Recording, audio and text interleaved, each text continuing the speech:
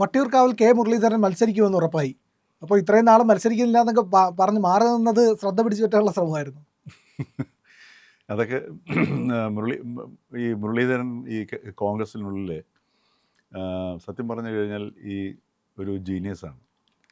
കാരണം മുരളീധരൻ്റെ രാഷ്ട്രീയ പ്രവേശന സമയത്തുണ്ടായിരുന്ന മുരളീധരൻ, അതിന് മുമ്പുണ്ടായിരുന്ന മുരളീധരൻ, അപ്പോൾ ഇതൊക്കെ നമ്മൾ നോക്കുന്ന സമയത്ത് ഇത്രയുമധികം വളർച്ച ഉണ്ടായിട്ടുള്ളൊരു വ്യക്തി തന്നെ കേരളത്തിൽ വളരെ വിരളമാണ്. കാരണം കെ കരുണാകരൻ പ്രതിപക്ഷ നേതാവായിരിക്കുന്ന സമയത്തൊക്കെ അദ്ദേഹം കൻ്റോൺമെൻറ്റ് ഹൗസിലെ സൗകര്യങ്ങളിൽ ഒക്കെ രസിച്ച് ഈ രാഷ്ട്രീയത്തിലെങ്ങും യാതൊരു ശ്രദ്ധയില്ലാതെ അവിടെ പത്രസമ്മേളനം നടത്തുന്നു, രാഷ്ട്രീയ നേതാക്കൾ വരുന്നു പോകുന്നു. ഈ സന്ദർഭങ്ങളിലൊക്കെ അവിടുത്തെ പൂന്തോട്ടത്തിലും മറ്റ് കാര്യങ്ങളിലുമൊക്കെ ശ്രദ്ധ കേന്ദ്രീകരിച്ച് ഇങ്ങനെ ജീവിച്ചൊരു മനുഷ്യനാണ്. അതിനുശേഷം രാജ്മോഹൻ ഉണ്ണിത്താൻ്റെ കാർമ്മികത്വത്തിൽ ഇദ്ദേഹം രാഷ്ട്രീയത്തിലേക്ക് പ്രവേശിക്കുന്നു. പിന്നീട് പതുക്കെ അദ്ദേഹം പൊതു രംഗത്തേക്ക് ഇങ്ങനെ ഒന്നിട്ട് പ്രസംഗിച്ചു തുടങ്ങുന്നു. പിന്നീട് നമ്മൾ കാണുന്ന ഒരു കെ മുരളീധരൻ എന്ന് പറയുന്ന ഒരു വ്യക്തി, അപ്പോൾ എൻ്റെയൊക്കെ ജീവിതത്തിൽ ഇത്രയും ഒരു മാറ്റം സംഭവിച്ച വ്യക്തി, പിന്നീടൊരു കരുണാകരനേക്കാൾ വളരെ ശക്തനായ ഒരു ലീഡർഷിപ്പ് ക്വാളിറ്റി ഉള്ള വ്യക്തി എന്ന നിലയിലേക്ക് അദ്ദേഹം KPCC പ്രസിഡൻ്റ് ആവുന്നു. പറയുന്ന കാര്യങ്ങളൊക്കെ വളരെ ശക്തമായിട്ട് പറയുന്നൊരു നേതാവായി മാറുന്നു. കാര്യങ്ങളെ നിരീക്ഷിക്കുന്ന വ്യക്തിയാവുന്നു. അപ്പോൾ അത് മനഃപൂർവ്വം ഇവിടുന്ന് ഈ ചില നമ്മുടെ സാംസ്കാരിക പ്രവർത്തകരൊക്കെ ഉണ്ടല്ലോ, ഈ സർക്കാർ സ്പോൺസേഡ് ചില പ്രൊഫസർമാർ, ഈ പാർട്ടി ചില യോഗ്യതയില്ലാത്ത മറ്റുള്ളവരുടെ യോഗ്യതയുള്ളവരെ മാറ്റിയിട്ട് ഈ യോഗ്യതയില്ലാത്ത ചില സർവകലാശാലകളിലൊക്കെ പ്രൊഫസർമാരാക്കി വയ്ക്കും. എന്നിട്ട് അവരെ സാംസ്കാരിക നായരായിട്ട് കൊണ്ട് ഉദ്ഘോഷിച്ചിട്ടുണ്ട്. അത് അവരുടെ പശ്ചാത്തലം ഒരുക്കലാണ്. അവരൊക്കെ നമ്മളൊക്കെ എപ്പോഴും പ്രസംഗിക്കുന്നത് കേട്ട് കഴിഞ്ഞാൽ കട്ട് ആൻഡ് പേസ്റ്റാണ്.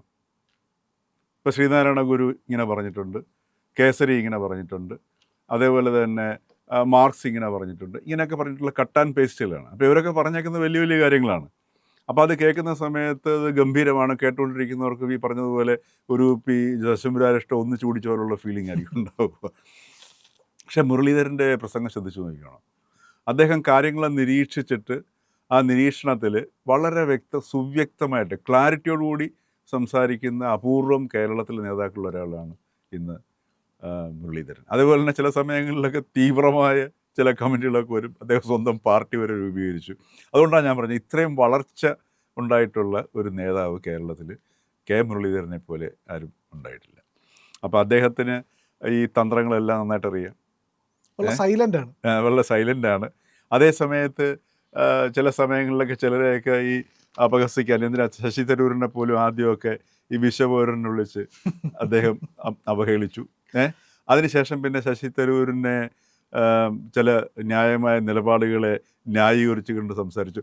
ഇതൊക്കെ സൂചിപ്പിക്കുന്നത് ഈ ചില സമയങ്ങളിൽ എങ്ങനെയാണ് ചില വ്യക്തികളുടെ വ്യക്തിത്വങ്ങൾ നീങ്ങുന്നത്.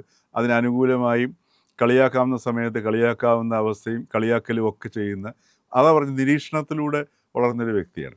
അപ്പോൾ ഈ നിലവിലുള്ള സാഹചര്യം നോക്കിയിട്ടാണ് മുരളീധരൻ ഈ ഒരു കാച്ചിയത്. അതായത് ഞാൻ ഒരു മണ്ഡലത്തിലും മത്സരിക്കുന്നില്ല. അതായത് ഈ കെ മുരളീധരൻ എവിടെ മത്സരിച്ചു കഴിഞ്ഞാലും ജയിക്കും എന്നുള്ളൊരു ധാരണ അദ്ദേഹത്തിനെ കുറിച്ചിട്ട് പൊതുവെ നിലനിൽക്കുന്നുണ്ട്. കെ മുരളീധരനെ ഇപ്പം നേമത്തുവണയെ കൊണ്ട് കെ മുരളീധരനെ മത്സരിപ്പിക്കാം.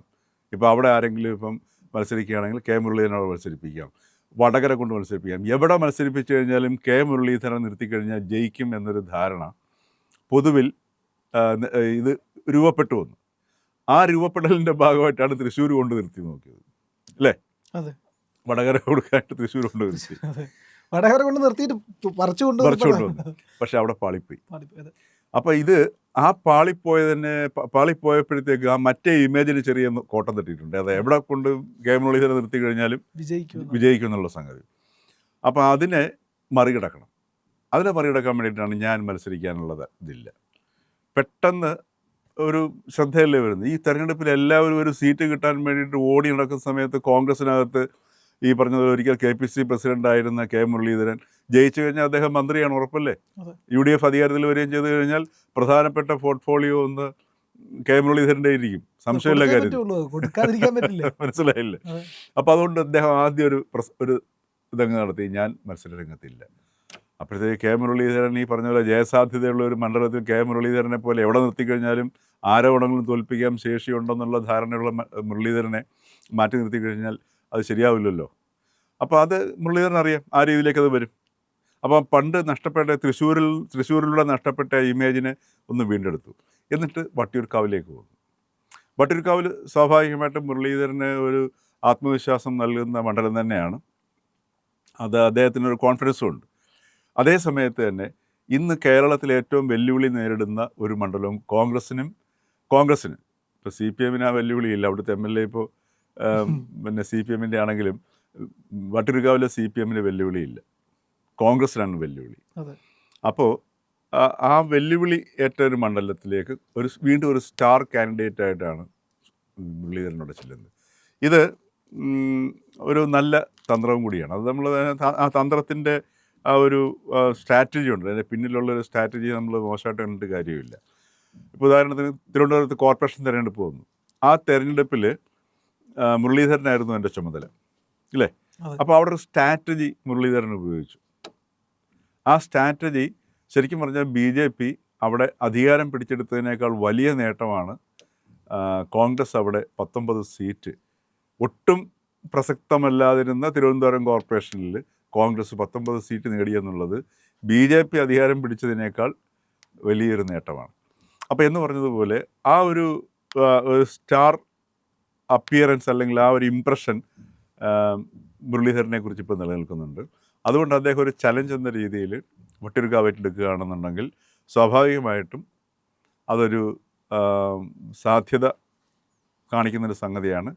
അതേസമയം BJP അവരുടെ ഏറ്റവും ഉറപ്പുള്ള മണ്ഡലങ്ങളായിട്ട് കാണുന്നതിൽ ഒരു മണ്ഡലം കൂടിയാണ്.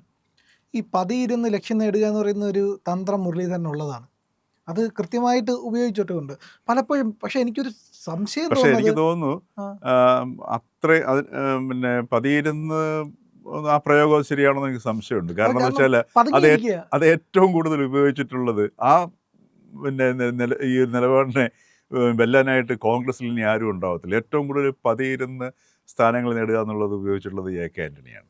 അതെ, അത് ശരിയാണ്. പക്ഷെ മനസ്സിലായില്ലേ? അതിന്റെ ഒരു തുടർച്ചയായിട്ട് ഒരു പക്ഷേ മുഖ്യമന്ത്രി സ്ഥാനമായിരിക്കുമോ മുരളീധരൻ ലക്ഷ്യം? അങ്ങനെയുള്ള ഒരു അബദ്ധധാരണയിലേക്ക് മുരളീധരൻ പോകുമോ എന്നറിയില്ല. പിന്നെ അഥവാ അവസാനം എല്ലാവരും കിടന്ന് അടിപിടി കൂടുകയാണെന്നുണ്ടെങ്കിൽ ഒരു സന്ദർഭത്തിൽ വേണമെന്നുണ്ടെങ്കിൽ എന്ന് നോക്കാമെന്നുള്ളതല്ലാതെ യാഥാർത്ഥ്യബോധമൊക്കെ നന്നായിട്ടുള്ള വ്യക്തിയാണ് മുരളീധരൻ. അതാണ് ഞാൻ പറയുന്നത്, കേരളത്തിൽ ഇത്രയധികം ഒരു കേരളത്തിന് ജനങ്ങളെയും മനസ്സിലാക്കി പാർട്ടിയെയും മനസ്സിലാക്കി മറ്റു പാർട്ടികളെയൊക്കെ മനസ്സിലാക്കി വളർന്നിട്ടുള്ളൊരു വേറൊരു നേതാവില്ല എന്ന് പറഞ്ഞതുപോലെ അവിടെ ഈ വട്ടിയൂർക്കാവിൽ മുരളീധരൻ നേരിടാൻ പോകുന്ന ഏറ്റവും വലിയൊരു ഭീഷണി എന്ന് പറയുന്നത് ഏത് രീതിയിലും അധികാരത്തിൽ വരിക എന്നുള്ള ഒരു നിലപാടിലേക്ക് CPM മാറിയിട്ടുണ്ട്. അതായത് LDF എന്ന് പറഞ്ഞാൽ ഇപ്പോൾ CPM എന്ന് പറഞ്ഞാൽ മതി. അപ്പോൾ അതുകൊണ്ട് വട്ടിയൂർക്കാവിലെയും പ്രധാനപ്പെട്ട ഒരു CPM-ൻ്റെ പ്രചരണം തന്ത്രം അത് കേരളത്തിൽ മുഴുവൻ അത് തന്നെയായിരിക്കും. UDF വോട്ട് കൊടുക്കുകയാണെന്നുണ്ടെങ്കിൽ ആ വോട്ട് ജമാഅത്തെ ഇസ്ലാമിക്ക് കൊടുക്കുന്നതിന് തുല്യമായിരിക്കും. ഇതായിരിക്കും. അത് തന്നെയാണ് വട്ടിയൂർക്കാവിൽ BJP-യും ഉന്നയിക്കാൻ പോകുന്ന എല്ലായിടത്തും ഉന്നയിക്കാൻ പോകുന്ന മുദ്രാവാക്യം. അപ്പോൾ അങ്ങനെ വരുമ്പോഴത്തേക്ക് ഈ BJP-ക്കും ഈ പറഞ്ഞതുപോലെ ചില മണ്ഡലങ്ങളിൽ വിജയിച്ചേ പറ്റൂ. അവരും അതിനുവേണ്ടി എന്ത് ധാരണയ്ക്കും തയ്യാറാവും.